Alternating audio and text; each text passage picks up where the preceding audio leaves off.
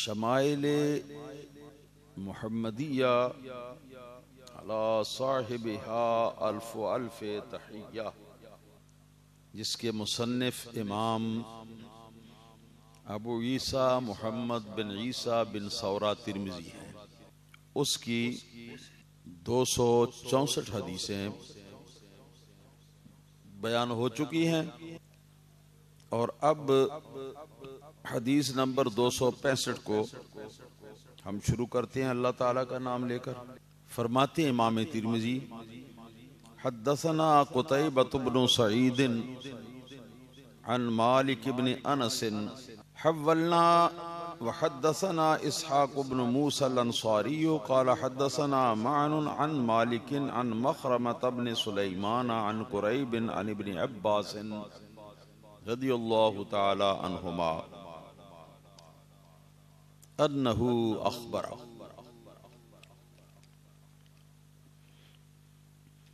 इमाम तिर्मिज़ी ने फरमाया कि हमको जमाअत की सूरत में ये हदीस मुहद्दिस इमाम कुतैबा बिन सईद ने बयान फरमाई थी और वो इस हदीस को हजरत इमाम मालिक बिन अनस रदी अल्लाह ताला अन्हु से रिवायत करते थे।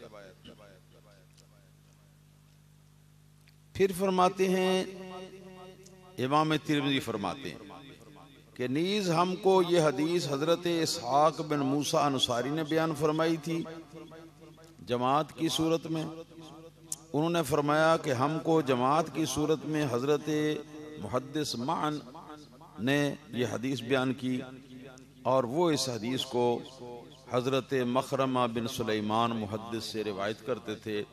वो हजरत इमाम मुहद्दिस कुरैब रदी अल्लाह ताला अन्हु से रवायत करते थे और ये हजरत कुरैब इस हदीस को मशहूर सहाबी रसूल और नबी पाक सल्लल्लाहु अलैहि वसल्लम के चचा हजरत अब्बास रदी अल्लाह ताला अन्हु के साहबजादे हजरत अब्दुल्लाह बिन अब्बास रदी अल्लाह ताला अन्हुमा से रिवायत करते थे। कुरैब फरमाते हैं कि हजरत अब्दुल्लाह बिन अब्बास रदी अल्लाह ताला अन्हुमा ने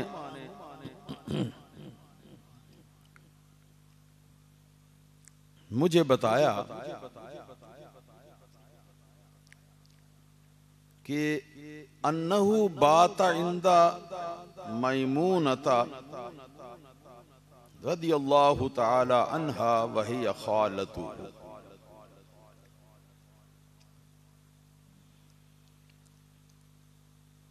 अब्दुल्लाह बिन अब्बास रदी अल्लाह ताला उन्होंने ये बताया कि मैंने एक मर्तबा हजरत उम्मुल मोमिनीन मैमूना बिनतुल हारिस रदी अल्लाह ताला अन्हा के यहाँ रात गुजारी और याद रहे कि ये उम्मुल मोमिनीन हजरत मैमूना रदी अल्लाह ताला अन्हा हजरत अब्दुल्लाह बिन अब्बास रदी अल्लाह ताला अन्हो की खाला थी। इनकी दूसरी हमशीरा जो है जिनका नाम उम्मुल फदल लुबाबा बिनतुल हारिस है, नबी पाक सल्लल्लाहु अलैहि वसल्लम की ये चची थी। हजरत अब्बास रदी अल्लाह ताला अन्हो की बीवी थी और अब्दुल्लाह बिन अब्बास रदी अल्लाह ताला अन्हुमा की ये वालिदा। इससे ये मसला भी मालूम हुआ कि दो हकीकी रिश्तेदार बहनें अगर हैं तो एक बहन जो है वो चचा के घर ब्याही हुई है और दूसरी बहन जो है वो भतीजे के साथ निकाहशुदा है, तो इसमें कोई हर्ज नहीं, ये सिलसिला जो है ये हलाल है। और हजरत मैमूना रदी अल्लाह ताला अन्हा जो हैं इनकी तीसरी बहन जो हैं हजरत अस्मा बिनते उमैस रदियल्लाहु ताला अन्हा, जो के हजरत इमाम जाफर तैयार रदियल्लाहु ताला अन्हो की बीवी थी, और ये हजरत जाफर तैयार हजरत मौला अली रदियल्लाहु ताला अन्हु के भाई थे, यानी नबी करीम सल्लल्लाहु अलैहि वसल्लम के ये चाचाजाद थे। इसी तरह इनकी चौथी बहन थी जिनका नाम बीबी सलमा। ये हुजूर नबी करीम सल्लल्लाहु अलैहि वसल्लम के दूसरे चचा सैयदना हमजा शेर खुदा रदी अल्लाह ताला अन्हो के निकाह में थी। इस तरह ये चार बहनें थी। हजरत उम्मुल मोमिनीन मैमूना रदी अल्लाह ताला अन्हा, हजरत लोबाबा रदी अल्लाह ताला अन्हा, हजरत अस्मा बिनते उमैस रदी अल्लाह ताला अन्हा, और हजरत सलमा बिनते उमैस रदी अल्लाह ताला। ये बीबी मैमूना रदी अल्लाह ताला अन्हा सरकार दो आलम सल्लल्लाहु ताला अलैहि वालिहि वसल्लम के निकाह से पहले अबू रहम बिन अब्दुल उज़्ज़ा के साथ शादीशुदा थी, तो इनके शौहर की वफात हो गई। सरकार दो आलम सल्लल्लाहु ताला अलैहि वालिहि वसल्लम ने इनको पैगाम निकाह भेजा। ये उस वक्त अपने ऊंट के ऊपर सवार मक्का मुकर्रमा की तरफ ये हज के लिए जा रही थी। सरकार दो आलम सल्लल्लाहु अलैहि वसल्लम भी तशरीफ ले जा रहे थे। इन्होंने सरकार का पैगाम सुनकर अर्ज किया कि हुवा व मा अलैहि लिल्लाहि व लिरसूलिही, कि ये मेरा ऊंट और ऊंट के ऊपर जो कुछ भी है ये सारा कुछ अल्लाह और अल्लाह के रसूल ही का है। ये कहकर तो गोया उन्होंने इस पैगाम निकाह के जवाब के अंदर हाँ कर दी। सरकार दो आलम सल्लल्लाहु ताला अलैहि वालिहि वसल्लम उस वक्त इहराम की हालत में थे, मुहर्रम थे। तो मकाम सरिफ एक जगह है जो कि मक्का मुकर्रमा से कोई 10 मील के फासले पर, वहां पे हुजूर नबी करीम सल्लल्लाहु ताला अलैहि वसल्लम ने इनके साथ निकाह फरमाया। निकाह के बाद हज हुआ। हज से फरागत के बाद फिर इसी मकाम पर, जिसका नाम मकाम सरिफ है, जो कि हुदूद मीकात से बाहर आ जाता है, वहां पर रसूलुल्लाह सल्लल्लाहु ताला अलैहि वसल्लम के यहाँ फिर इनकी रुखसती।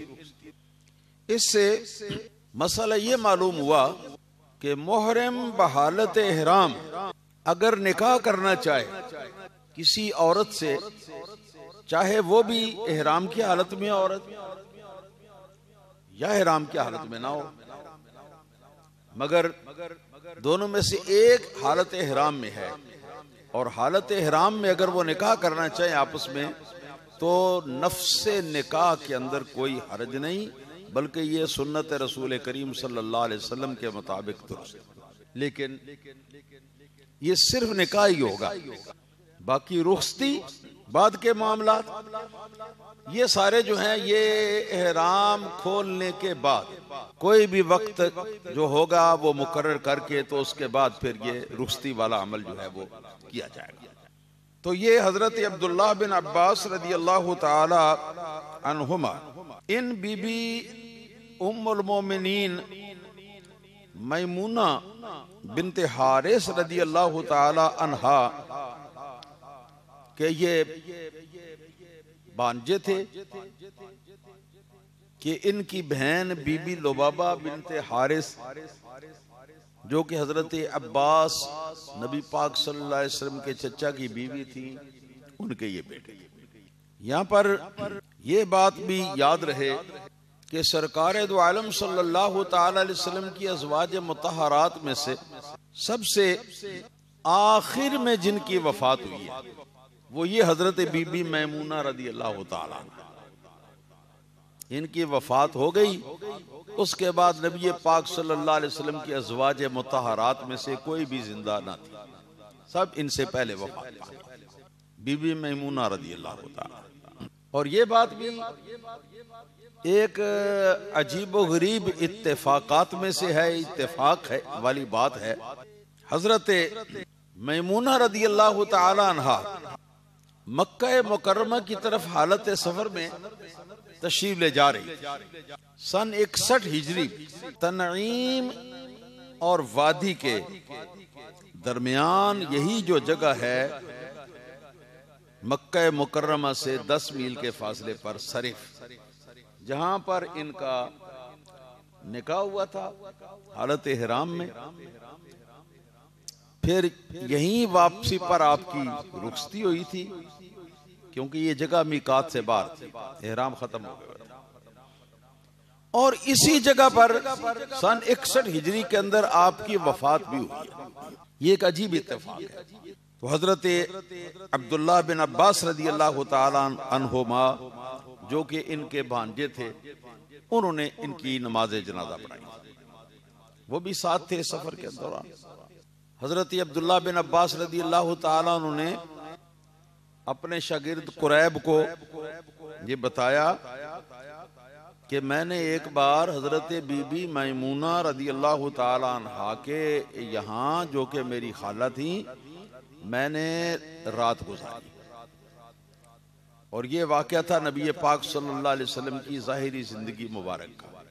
फरमाते हैं कि जब रात को लेटे सोने के लिए, तो फत्तजअतु फी अर्दिल विसाद वत्तजा रसूलुल्लाह सल्लल्लाहु अलैहि वसल्लम फी तूलिहा, कि जो बिछौना था, बिछौने के जो लंबाई थी, मसलन इस तरह लंबाई फर्ज कर लीजिए, तो इस लंबाई में हुजूर नबी करीम सल्लल्लाहु अलैहि वसल्लम सो गए एक तरफ, और दूसरी तरफ हजरत बीबी मैमूना रज़ी अल्लाह तआला अन्हा भी दूसरे किनारे पर लेट गई। और इन दोनों मुकद्दस हस्तियों के पांव की तरफ हजरत अब्दुल्ला बिन अब्बास रज़ी अल्लाह तआला अन्हु यूं करके, तो इस तरह वो लेट गए। विसादा का लफ्ज यहाँ आया है।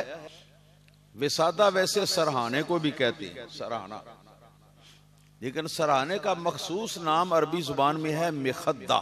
खद अरबी में कहते हैं रुखसार को, गाल को, पंजाबी गल कहते हैं। और मखद्दा इसका माना है ये रुखसार जो है, इसको रखने की जगह। जब लेटते हैं ना, तो ये रुखसार ही रख के सराहने के ऊपर लेटते हैं, इसलिए इसको मखद्दा कहते हैं। असली नाम सराहने का मखद्दा है, लेकिन ये विसादा का जो लफ्ज है, ये एक ऐसा लफ्ज है कि जो बिछाने के लिए भी इसको अरबी में बोल दिया जाता है, पूरे बिछाने के लिए। और इसी तरह जो बिछाने के ऊपर तकिया रखा होता है, सराहना रखा होता है, सर रखकर लेटने के लिए, वो उसके ऊपर भी विसादा का लफ्ज जो है ये बोलते हैं। तो यहाँ पर इतना ही है कि रसूलुल्लाह सल्लल्लाहु ताला अलैहि वसल्लम आप बिस्तर के तूल में, यानी लंबाई में हुजूर लेट गए, और पांव की तरफ जो है ना चौड़ाई में मैं लेट गया इस तरह। बुखारी और मुस्लिम की रिवायत में ये बात है कि हजरत बीबी मैमूना रज़ी अल्लाह तआला अन्हा भी हुजूर नबी करीम सल्लल्लाहु अलैहि वसल्लम के साथ इसी बिस्तर पर, इसी बिछौने पर एक साइड में वो भी लेटी हुई थी।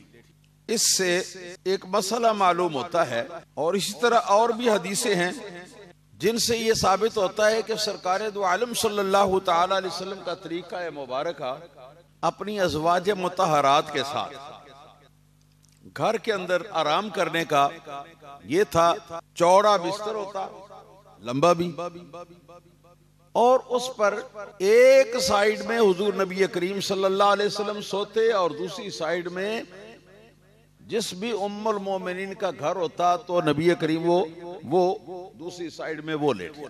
मेरा कहने का मकसद ये है कि डबल बेड जिसको आजकल हम कहते हैं, ये उसी की जदीद सूरत है। तो ये मसनून है कि डबल बेड पर मियाँ बीवी जो है वो एक दूसरे के करीब करीब जो है ना वो रात गुजारे।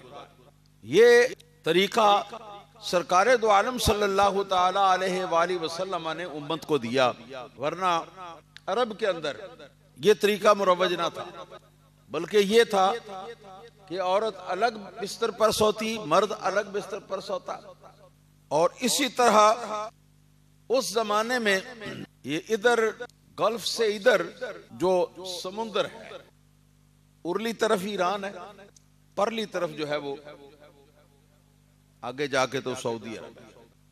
तो ईरान में भी यही रवाज था कि बादशाहों के अंदर तकब्बुर था, और बड़े बड़े लोग जो रूमी हैं उन लोगों के अंदर भी ये तकब्बुर था। वो अपनी बीवियों को अपने बिस्तर पर सोने नहीं देते। बात समझ में आ रही? ये उनका तकब्बुर था, उनका गुरूर था। बस अपनी हाजत के लिए वो बीवियों को अपने बिस्तर पर बुलाते, जब उनकी जरूरत पूरी हो जाती उसके बाद उठा के तो कहते जा भाई जा, अपने बिस्तर पे जाके सो।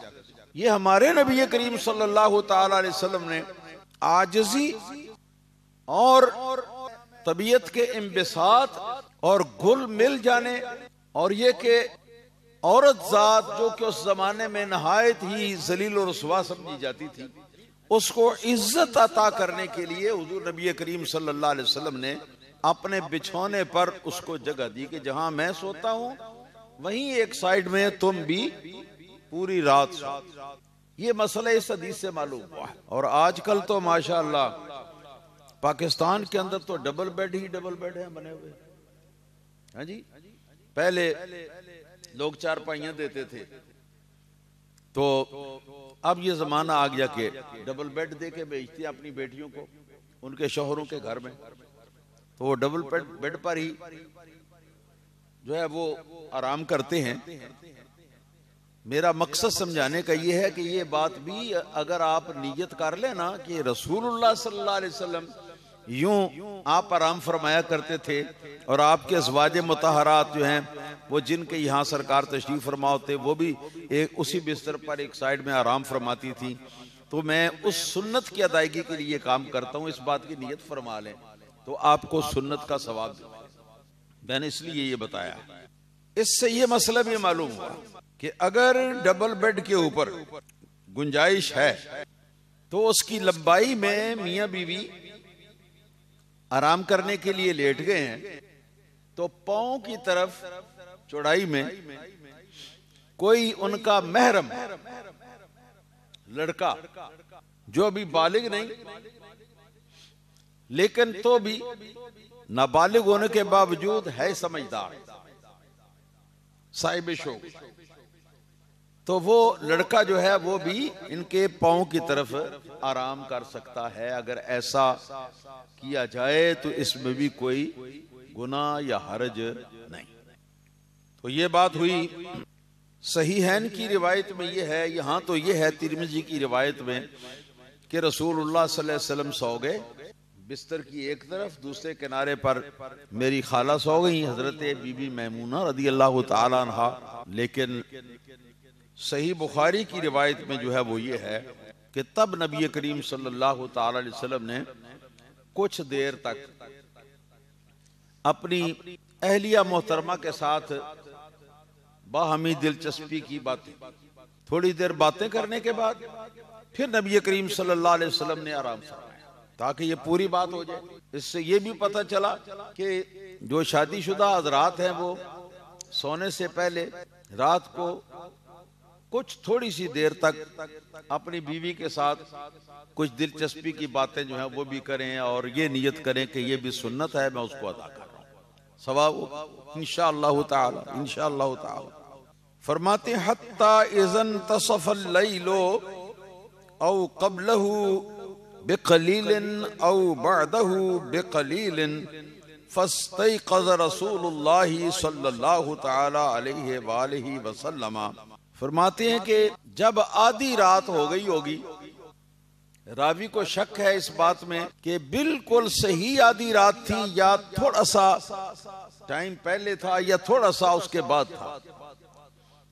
तो उसके मुताबिक उन्होंने कह दिया कि जहां तक कि जब आधी रात हो गई, और हो सकता है कि आधी रात से थोड़ी सी देर पहले हो या थोड़ी सी देर बाद, क्योंकि वो जमाना घड़ियों का जमाना नहीं था। तो क्या हुआ, फरमाते हैं फस्तयक़ज़ रसूलुल्लाह सल्लल्लाहु तआला अलैहि वसल्लम, तो रसूलुल्लाह सल्लल्लाहु तआला अलैहि वसल्लम आप जाग पड़े। फजअल यमसहु नौमा अन वजहिही, रसूलुल्लाह सल्लल्लाहु अलैहि वसल्लम इस तरह अपने चेहरे के ऊपर, अपनी आंखों के ऊपर हाथ फेरने लगे। और ये हाथ फेरने का मकसद ये था कि ताकि नींद का असर जो है वो जाहिर हो जाए। इस तरह आज भी कई लोग करते हैं। यहाँ पर एक सवाल ये पैदा होता है, आप कहेंगे कि ये नाबालिग बच्चे थे बाशऊर समझदार, और ये अपनी खाला के घर ये आए हुए थे रात गुजारने के लिए, तो ये फिर जागते ही रहे होंगे। तो ही तो इनको पता चला ना कि आधी रात गुजर गई तो रसूलुल्लाह सल्लल्लाहु अलैहि वसल्लम उठे, वरना कैसे पता चला। तो सवाल ये है कि ये जागते क्यों रहे थे। जवाब ये है कि इसी हदीस की दूसरी रिवायात के अंदर दीगर मुहद्दिसीन किराम के यहाँ ये है कि वो फरमाते थे कि मैं हुजूर के घर इसलिए आया था रात गुजारने के लिए कि दीगर अज़वाज मुतहरात तो मेरी महरम न थी। हजरत बीबी मैमूना रज़ियल्लाहु ताला अन्हा मेरी महरम थी, तो इनके घर में आ सकता था, रात भी गुजार सकता था। मकसद मेरा ये था ताकि मैं रसूलुल्लाह सल्लल्लाहु ताला अलैहि वसल्लम की जो शब बेदारी है, क़यामुल लैल है आपका, आपकी तहज्जुद की नमाज, मैं ज़रा उसको अपनी आंखों से देख लूँ। इससे ये पता चला कि छोटे नाबालिग बच्चे जो हैं, उन नाबालिग बच्चों को भी नमाज के मसाइल बताने चाहिए और नमाज का उनको शौक पैदा करना चाहिए, क्योंकि इनके दिल में शौक था इतनी छोटी उम्र में, तो ही रसूलुल्लाह सल्लल्लाहु अलैहि वसल्लम की ये शब बेदारी को देखने के लिए अपनी खाला जान के घर पहुंच गए। चेहरा मुबारक से नबी करीम सल्लल्लाहु ताला अलैहि वसल्लम चेहरा मुबारक को मल कर तो नींद का असर जो है वो ज़ाइल करना शुरू हुए। सुम्मा क़रअल अशरल आयात इन्न फी खल्क़िस समावाति वल अर्द, उसके बाद सरकार दो आलम सल्लल्लाहु अलैहि वसल्लम ने सूरह आले इमरान की ये आयात जो हैं, इन्न फी खल्क़िस समावाति वल अर्द से लेकर तो ये 10 आयतें जो हैं, इनको हुजूर नबी करीम सल्लल्लाहु ताला अलैहि वसल्लम ने बैठे बैठे वहीं पे आपने तिलावत फरमाया। इसको तिलावत करने से यहाँ पर शारहीन ने ये मसला निकाला है जी कि अभी तो रसूलुल्लाह सल्लल्लाहु अलैहि वसल्लम ने वुज़ू नहीं फरमाया था और कुरान पाक की 10 आयतें सरकार ने तिलावत भी फरमा दी। इससे ये साबित होता है कि कुरान मजीद की तिलावत जो है वो बगैर वुज़ू के भी जायज़ है। बल्कि बाद मुहद्दिसीन ने तो यहाँ तक फरमाया कि अगर वुज़ू ना हो तो भी मुस्तहब और बेहतर यह है कि कुरान पाक की तिलावत आदमी करता रहे, इस वजह से ना छोड़े कि मेरा वुज़ू नहीं। मगर ये उसके लिए है जो कुरान पाक को अपने हाथ में पकड़ कर ना करे, या तो जुबानी करता हो और या फिर उसके सामने कुरान मजीद खुला हुआ हो और वो किसी चीज के साथ उसकी वर्क जो है ना वो उलटता रहे और इस तरह करके उससे पढ़ता रहे। कुरान पाक को बगैर वुज़ू के छूना हलाल नहीं। मगर अल्लामा मुहद्दिस कबीर शेख अली अल कारी रज़ियल्लाहु ताला अन्हु ने इस तमाम इस्तिंबात और इस्तिदलाल के बाद ये बात कह के तो मामला जो है वो मजीद वाज़े फरमा दिया। आप फरमाते हैं यहाँ पर कि भाई ये बात जो आपने कहा कि बगैर वुज़ू के कुरान पढ़ने की सुन्नत साबित हो गई इससे, या ये कि इसका मुस्तहब ना साबित हो गया, भाई ये तो तब था जब सरकार बगैर वुज़ू के होते। और हकीकत तो ये है कि नबी पाक सल्लल्लाहु अलैहि वसल्लम फरमाते हैं इन्ना आइना यतनामाने वला यनामु क़ल्बी, जब मैं सोता हूं तो मेरी आंखें सोती हैं, मेरा दिल, मेरा शऊर, मेरी समझ, मेरा इल्म, मेरी फहम फरासत ये सारे नहीं सोते। दूसरे लफ्जों में कह लो, मैं जदू सोना ते बस इन समझ लो कि अखा मीच लेना ते रहना मैं जागदा। सरकार दो आलम सल्लल्लाहु अलैहि वसल्लम का वुजू नींद से टूटता ही नहीं। तो इसलिए वो फरमाते हैं कि इससे ये बात साबित नहीं होती जो अभी बताई गई है। हाँ, अलबत्ता अगर इस बात का यकीन हो कि रसूलुल्लाह सल्लल्लाहु अलैहि वसल्लम वाकई इस नींद में बेवुजू हो गए थे, जी वुजू आपका जाता रहा था, तो तब ये बात जो है ये फिर सही होगी। वल्लाहु ताला आलम बिस्सवाब। तो ये सूरह आले इमरान की 10 आखिरी आयतें जो हैं इनको नबी पाक सल्लल्लाहु अलैहि वसल्लम ने तिलावत फरमाया। अब्दुल्लाह बिन अब्बास फरमाते हैं सुम्मा कामा इला शन्निन मुअल्लकिन, फिर रसूलुल्लाह सल्लल्लाहु अलैहि वसल्लम उठकर तो उस मशकीज़े की तरफ तशरीफ ले गए जो पुराना मशकीज़ा था, बहुत पुराना। चमड़े के मशकीज़े पुराने जमाने में होते थे और जो जो वो पुराने होते जाते थे ना तो वो मुलायम होते जाते थे और फटते नहीं थे, और उनके अंदर पानी डाल के अगर रख दिए जाए गर्मी में साए के अंदर तो वो पानी जो है वो ठंडा हो जाता। तो इसलिए अहले अरब वहाँ गर्मी का मौसम होता था तो इन मशकीज़ों के अंदर पानी रखते, कभी मटकों के अंदर पानी रखते, और तो कोई जरिया नहीं था। तो आप इस मशकीज़े की तरफ नबी पाक सल्लल्लाहु अलैहि वसल्लम तशरीफ ले गए जो लटकाया हुआ था। फतवद्दअ मिनहा, तो इस मशकीज़े के पानी से नबी करीम सल्लल्लाहु अलैहि वसल्लम ने वुज़ू फरमाया। अब आप कहेंगे, फरमा रहे हैं कि फिर नबी पाक सल्लल्लाहु अलैहि वसल्लम मशकीज़े की तरफ उठ के तशरीफ ले गए और ये पुराना मशकीज़ा था जिसमें पानी भरकर लटकाया हुआ था, उससे नबी पाक सल्लल्लाहु अलैहि वसल्लम ने वुज़ू फरमाया। अब सवाल ये पैदा होता है कि मशकीज़ा लटकाया हुआ हो, उसका मुंह नीचे की तरफ हो और उसके मुंह को चमड़े की एक रस्सी से बांधा हुआ हो, तो उससे वुज़ू करने की क्या सूरत है? अगर उसको खोलेंगे, थोड़ा भी खोलेंगे, तो पानी जो नीचे गिरेगा उसके छींटी उठकर कपड़ों को खराब करेंगे, जिस्म को खराब करेंगे।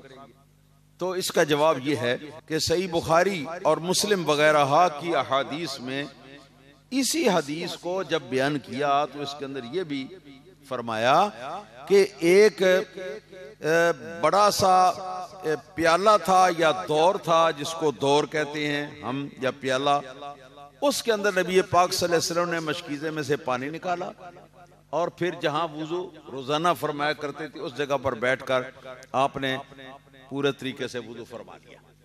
ये था। सुम्मा क़ाम युसल्ली। अब्दुल्लाह बिन अब्बास रज़ियल्लाहु ताला अन्हु फरमाते हैं कि फिर सरकार नमाज के लिए खड़े हो गए। वहुव यक़ूलु इन्न फ़ी ख़ल्क़ि समावाति वल अर्द, इसको फिर आपने पढ़ा और फिर फरमाते हैं कि फ़क़ुमतु इला जंबिही, इतने में मैं भी उठा, उठकर मैंने भी ऐसे ही पानी निकाला। उस दौर में पानी निकालकर जल्दी जल्दी मैंने वुज़ू किया और वुज़ू करके नबी करीम सल्लल्लाहु अलैहि वसल्लम की एक तरफ आके मैं भी खड़ा हो गया। गोया नबी करीम सल्लल्लाहु अलैहि वसल्लम इमाम हो गए और अब्दुल्लाह बिन अब्बास रज़ियल्लाहु ताला अन्हु मुक्तदी हो गए। यहां पर तो यह है कि एक तरफ खड़ा हो गया आके, मगर मुस्लिम बुखारी की अहादीस के अंदर इसी वाक़या के अंदर उन्होंने बताया है कि बाईं तरफ आके खड़े हो गए थे। फरमाते हैं फवदा रसूलुल्लाह सल्लल्लाहु अलैहि वसल्लम यदहुल युमना अला रासी सुम्मा अखज़ा बिउज़ुनिल युमना फतलहा। अब्दुल्लाह बिन अब्बास रज़ियल्लाहु ताला अन्हु फरमाते हैं कि हुज़ूर नबी करीम सल्लल्लाहु ताला अलैहि वसल्लम ने ऐसा किया कि अपना दायां हाथ ये पीछे से लाके तो ये मेरे सर के ऊपर रखा, फिर उसके बाद मेरे दाने कान को सरकार ने इस तरह पकड़ लिया और जोर से पकड़ा, यानी इस तरह पकड़ा कि जिस तरह पकड़ने से जरा तकलीफ हो, चाहे थोड़ी सी। और मकसद इसका यह था कि नींद का वक्त है और बच्चा है तो ताकि ये इस तरह दबाने से इसकी नींद ज़ायल हो जाए और इसको बेदारी जो है वो अच्छे तरीके से हासिल हो जाए। और कान को पकड़ के सरकार दो आलम सल्लल्लाहु अलैहि वसल्लम ने, इस हदीस के अंदर तो नहीं है मगर मुस्लिम बुखारी की रिवायत में इसी हदीस के अंदर ये है कि आपने इस तरह मुझे कान से पकड़ के पीछे की तरफ से खींचा और खींच कर ला के तो अपनी दाईं तरफ खड़ा कर दिया।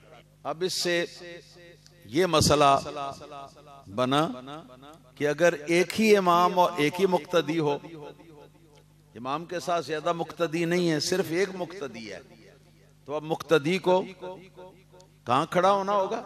इमाम के दानी तरफ, इमाम के दानी तरफ खड़ा होना होगा।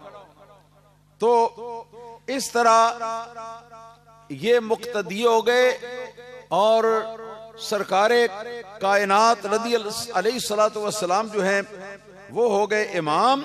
तो फसल्ला रकातैन, तो रसूलुल्लाह सल्लल्लाहु तआला अलैहि वसल्लम ने 2 रकत पढ़ी। जरा गिनती करते जाना। सुम्मा रकातैन, इसके बाद फिर 2 रकतें पढ़ी। कितनी हो गई? सुम्मा रकातैन, फिर इसके बाद आपने पढ़ी 2 रकत। कितनी हो गई? सुम्मा रकातैन, फिर 2 रकतें पढ़ी, 8 हो गई। सुम्मा रकातैन, 10 हो गई। सुम्मा रकातैन क़ाल मानुन 6 मर्रात, हजरत मान रदी अल्लाह तआला अन्हु जो रावी हैं वो फरमाते हैं कि अब्दुल्लाह बिन अब्बास रदी अल्लाह तआला अन्हुमा ने जो ये फरमाया कि रसूलुल्लाह सल्लल्लाहु अलैहि वसल्लम ने 2 रकतें पढ़ी, तो ये लफ्ज आपने 6 बार दोहराया। तो 6 दूने 12, हाँ जी, ये 12 रकत हो गई। और इसके बाद फिर आगे ये आता है, यहां तो नहीं है लेकिन मुस्लिम बुखारी की रिवायत में ये है कि इसके बाद सरकार दो आलम सल्लल्लाहु तआला अलैहि वसल्लम ने वतर की नमाज पढ़ी।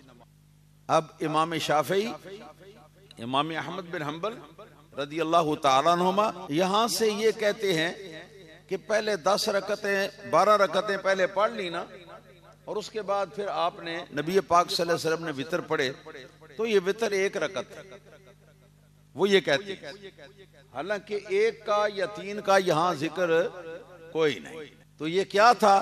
हकीकत ये थी कि जो आखिरी 2 गाना था ना, उस 2 गाने के आखिर में 1 रकत और जोड़कर सरकार दो आलम सल्लल्लाहु अलैहि वसल्लम ने ये नमाज वितर जो है उसको अदा किया। तो यहां पर तहज्जुद कितने हो गए?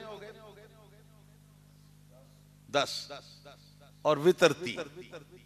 ये इस तरह सरकार दो आलम सल्लल्लाहु अलैहि वसल्लम ने ये नमाज जो है ये अदा फरमाई, और ये नमाज बाजमात अदा फरमाई। और ये बाजमात नमाज का होना, इस तरह अदा होना, ये बिल्कुल ये इत्तेफाकी तौर पर था, यानी इत्तेफाकिया वाक़या था। कोई ये नहीं कि इसके लिए कोई पहले से कोई प्लानिंग। हमारे फुक़हाए किराम रिदवानुल्लाह ताला अलैहिम अजमईन जो हैं उनका इत्तेफाक है इस बात पर कि नवाफिल की जमात जो है वो मकरूह है। हाँ, मगर जबकि इमाम के सिवा 3 आदमी उसके पीछे हों या 2 हों या एक ही मुक्तदी हो तो फिर कोई कराहत नहीं। और ये कराहत तंज़ीह के लिए है, जिसका मतलब है कि गुनाह नहीं होता। और ये हमारे फुक़हाए किराम रिदवानुल्लाह अलैहिम अजमईन फरमाते हैं कि ये कराहत भी तब है कि जब 3 से ज्यादा मुक्तदी हों और उन मुक्तदियों को बुला बुला के ऐलान करके उन सब को रगबत दिलाकर इकट्ठा किया हो, तो तब ये कराहत होगी। और ये कराहत जो है ये कराहत तंज़ीहिया है। कराहत तंज़ीहिया का मफ़हूम जो है वो ये है कि ऐसा ना करना चाहिए था, लेकिन अगर कर लिया तो गुनाह कोई नहीं। यहाँ पर मैं ये भी एक फायदा अर्ज कर दूं, आप उसको सुन लें कि अल्लामा अली कारी रज़ी अल्लाह तआला अन्हु ने शरह निकाया के अंदर, ये भी इनकी एक किताब है, मुहीत बुरहानी से नकल किया, जो कि फ़िक़्ह अहनाफ की एक बड़ी मुस्तनद किताबों में से एक किताब है, जिसको किताबों की माँ कहा जाता है फ़िक़्ह किताबों। तो उसके हवाले से अल्लामा अली अलकारी रज़ी अल्लाह तआला अन्हु जो हैं उन्होंने फरमाया है, अगर तदाई इहतिमाम और लोगों को बुलाने के साथ हैं जी ये सारा अमल करके तो नफल नमाज अगर अदा की जाए तो फरमाते हैं कि ये मकरूह भी नहीं। वल्लाहु ताला नमाज तस्बीह कह लें या कुछ और कह लें, तो बेहतर आप इस रिवायत पर आप अमल कर ले जो मुहीत की रिवायत है, अगर आप करना चाहते हैं तो, यानी इसकी गुंजाइश है। लेकिन दूसरे फुकाहा जो है वो फरमाते हैं कि 3 से ज्यादा अगर पीछे होंगे तो नमाज मकरूह होगी। मगर ये जमात जो मकरूह है, इसके मकरूह होने का इतना ही मतलब है कि ऐसा ना करना चाहिए था, यानी अगर ऐसा ना करते तो अच्छा होता, लेकिन अगर कर लिया है तो गुनाह कोई नहीं। फरमाते हैं कि सुम्मत तजा, अल्लामा अली कारी फरमाते हैं, इबादत तहज्जुद लिल इस्तिराहत लियज़ूल अन्हु तअब क़ियामिल लैल फयुसल्ली फरीदत सुबह बिनशातिन वलम यकुन बिही मलाला। फरमाते हैं कि तहज्जुद की नमाज पढ़ने के बाद सरकार दो आलम सल्लल्लाहु ताला अलैहि वसल्लम का आखिरी सुदस जो है, आखिरी जो रात का छठा हिस्सा है, उस हिस्से के अंदर आपका सो जाना, थोड़ी देर के लिए आराम करना। ये किस लिए था? ये इसलिए था कि ताकि जो क़यामुल लैल और जो नवाफिल की नमाज पढ़ने से थकावट वजूद को हो गई है, तो वो थकावट जो है वो इस आराम के इख्तियार करने से दूर हो जाए।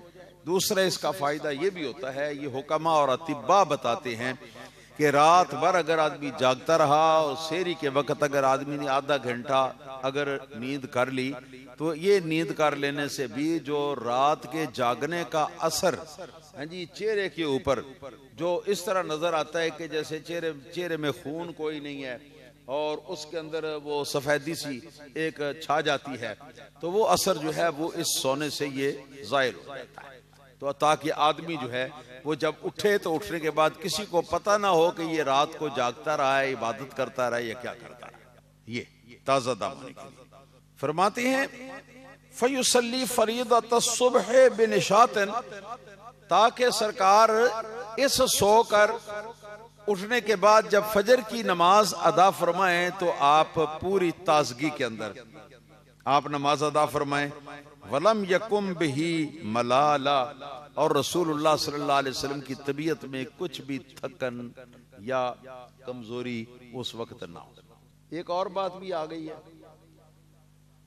और मैं बयानकारी ही दूं, ये मलाला लफ्ज जो है अरबी जुबान में मलाला ये कहते हैं जिस्म की दुखन को, दुखना जिस्म का टूटना, ये माना है मलाला।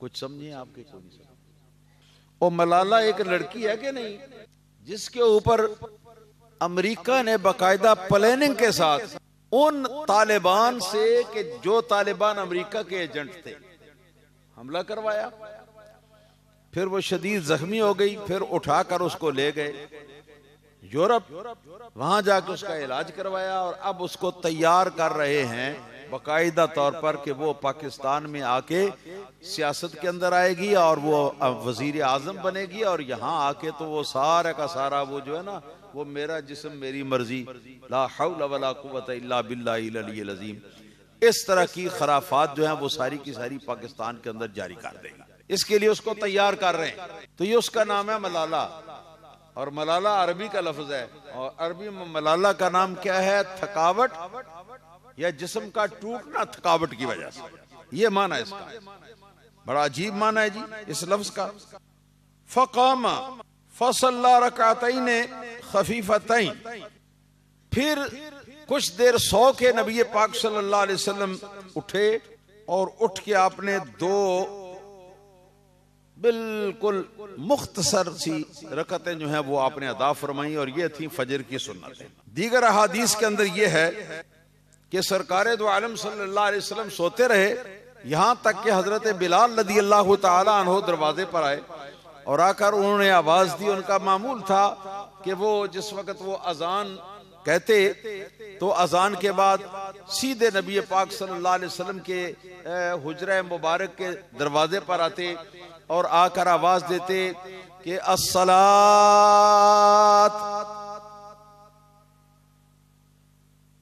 अस्सलामु अलैका या रसूलल्लाह, कि या रसूलल्लाह आप पर सलाम हो, मस्जिद में नमाज का वक्त जो है उसकी तैयारी। तो नबी करीम सल्लल्लाहु अलैहि वसल्लम दीगर अहादीस में यह है कि आप एकदम तेजी के साथ उठते हैं। इसके लिए वसबा का लफ्ज दूसरी हदीसों में, वसबा पिछली हदीस जो बयान की थी उसमें ये लफ्ज थे। वसबा का लफ्जी माना होता है कूदना या छलांग मारना, यानी मुराद ये है कि तेजी से नबी पाक सल्लल्लाहु अलैहि वसल्लम उठ के बैठ गए। उसके बाद नबी पाक सल्लल्लाहु ताला अलैहि वसल्लम ने 2 रकतें हल्की सी अदा फरमाई और ये थी फजर की 2 सुन्नतें। और इस हदीस में यह भी मसला मालूम होता है कि फजर की सुन्नतें जो उनको बहुत ज्यादा लंबा नहीं पढ़ना चाहिए, बिल्कुल मुख्तसर उनको अदा करना चाहिए, सुन्नत का सवाब तब। और ये जो नबी पाक सल्लल्लाहु अलैहि वसल्लम ने तहज्जुद और वितर पढ़ा, तो मेरा ख्याल है कि हम में से कोई आदमी अगर ये 12-13 रकतें अगर अदा करे तो उसको तो कोई थकावट नहीं होती। क्यों जी, क्यों हो जाती है? 10-12-13 रकतें पढ़ने से कोई थकावट हो जाती? कोई थकावट नहीं होती। तो ये सरकार को थकावट क्यों होती थी? इसलिए कि सरकार दो आलम सल्लल्लाहु अलैहि वसल्लम ये रात के वक्त जब तहज्जुद पढ़ते थे तो उनके अंदर बड़ा तवील कुरान पाक की किरात करते जाते थे, देर तक कुरान पाक की तिलावत करते जाते थे, करते करते करते करते फिर कहीं ख्याल आ जाता तो सरकार रुक जाते, फिर रुकू फरमाते। और इस तहज्जुद की नमाज के अंदर जितना लंबा सरकार क़याम फरमाते उतना ही लंबा फिर रुकू फरमाते, उतना ही लंबा फिर कौमा फरमाते। रुकू से उठकर खड़े होते हैं तो इतनी ही देर तक आप खड़े रहते हैं, अल्लाह ताला के का जिक्र फरमाते रहते। और इतना ही टाइम जितना खड़े होने में और किरात के लिए टाइम लगाया, उतना ही टाइम नबी पाक सल्लल्लाहु अलैहि वसल्लम अपने सजदे के अंदर भी रहते। और सजदे के बाद जब वो जलसे के लिए जब उठते तो वहां पर बैठने में भी इतना ही टाइम लगाते, फिर दूसरे सजदे में भी उतना ही टाइम लगाते, फिर उसके बाद अल्लाह अकबर कह के ऊपर जाते। तो इस तरह अगर नमाज पढ़ी जाए तो 12-13 रकतें जो हैं उनके साथ तो खासी थकावट हो जाती है। तो ये थकावट होना जो है वो इस वजह से, इसको जब आप समझ गए तो अब पता चल गया कि फजर की 2 रकतें जो हैं जो सुन्नत हैं इनको जरा तखफीफ के साथ और इख्तिसार के साथ जरा जल्दी जल्दी इसको अदा करके फारग हो जाना चाहिए। सुम्मा खरजा फसल्ल सुबह, इसके बाद नबी करीम सल्लल्लाहु ताला अलैहि वसल्लम अपने हुजरा मुबारक से निकले सीधे मस्जिद में और जाके नबी पाक सल्लल्लाहु अलैहि वसल्लम ने फजर की नमाज पढ़ाई। दूसरी रिवायत में यह है कि नबी करीम सल्लल्लाहु अलैहि वसल्लम ये जो तहज्जुद के बाद सोए थे, इस सोने में नबी पाक सल्लल्लाहु अलैहि वसल्लम ने खरांटे भी लिए, खूब गहरी नींद के अंदर सोए और फिर उठे और वुजू ताज़ा नहीं फरमाया और सीधा जाके नबी करीम सल्लल्लाहु अलैहि वसल्लम आप चले गए नमाज पढ़ाने के लिए। तो ये इस वजह से था कि आपका वुजू महज सो जाने से नहीं टूटता। और दीगर रवायात में ये भी है कि सरकार 2 रकतें पढ़ लेते ना, उसके बाद सरकार फिर उठकर वहां से तो वुजू फरमाते, अगली 2 रकतों के लिए नया वुजू फरमाते और मिसवाक भी हर बार में फरमाते, उसमें यह भी इजाफा है। तो इसमें ये सुस्ती जो है वो दूर हो जाती है और ज्यादा पाकीज़गी और ज्यादा सफाई है जी, और ज्यादा जो है ये नफासत जो है इसके जरिए से हासिल हो जाती है। अल्लाह पाक हमें अमल करने की तौफीक अता फरमाए।